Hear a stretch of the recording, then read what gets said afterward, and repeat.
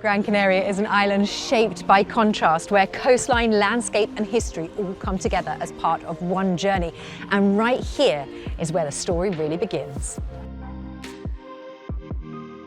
Founded in the late 15th century, this district grew with the Spanish settlement and has just transcended time, and now is this vibrant hub of Gran Canaria.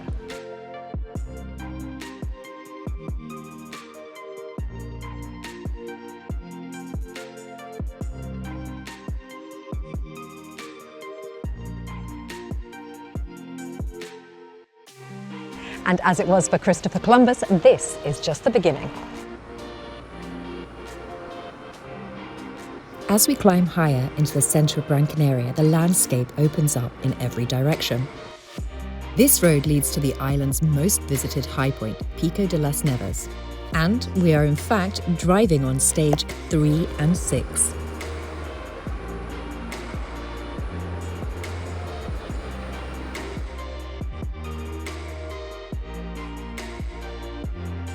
At nearly 2,000 metres above sea level, this is where people come to see Gran Canaria from above.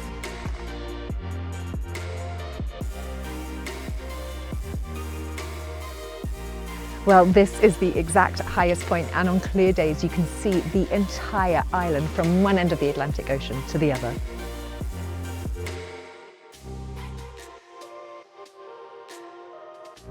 Well, with a little bit of time and a bit of patience, the clouds and the mist clear from behind us and you get this incredible view. Puts everything in perspective.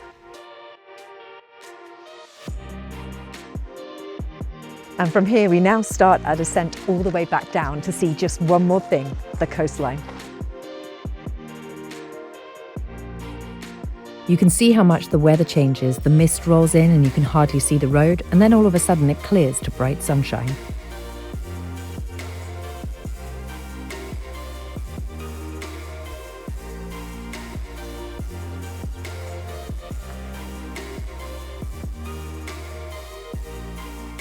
Well, of course, no tour of the island would be complete without visiting a beach. Now, there's about 100 beaches around the island alone. There's big tourist beaches like Maspalomas and sort of secret coves and villages like this one. This is Playa de Tufi, and this is a perfect diving beach. Of course, the sand is that volcanic black sand, but still a brilliant place to while away the day.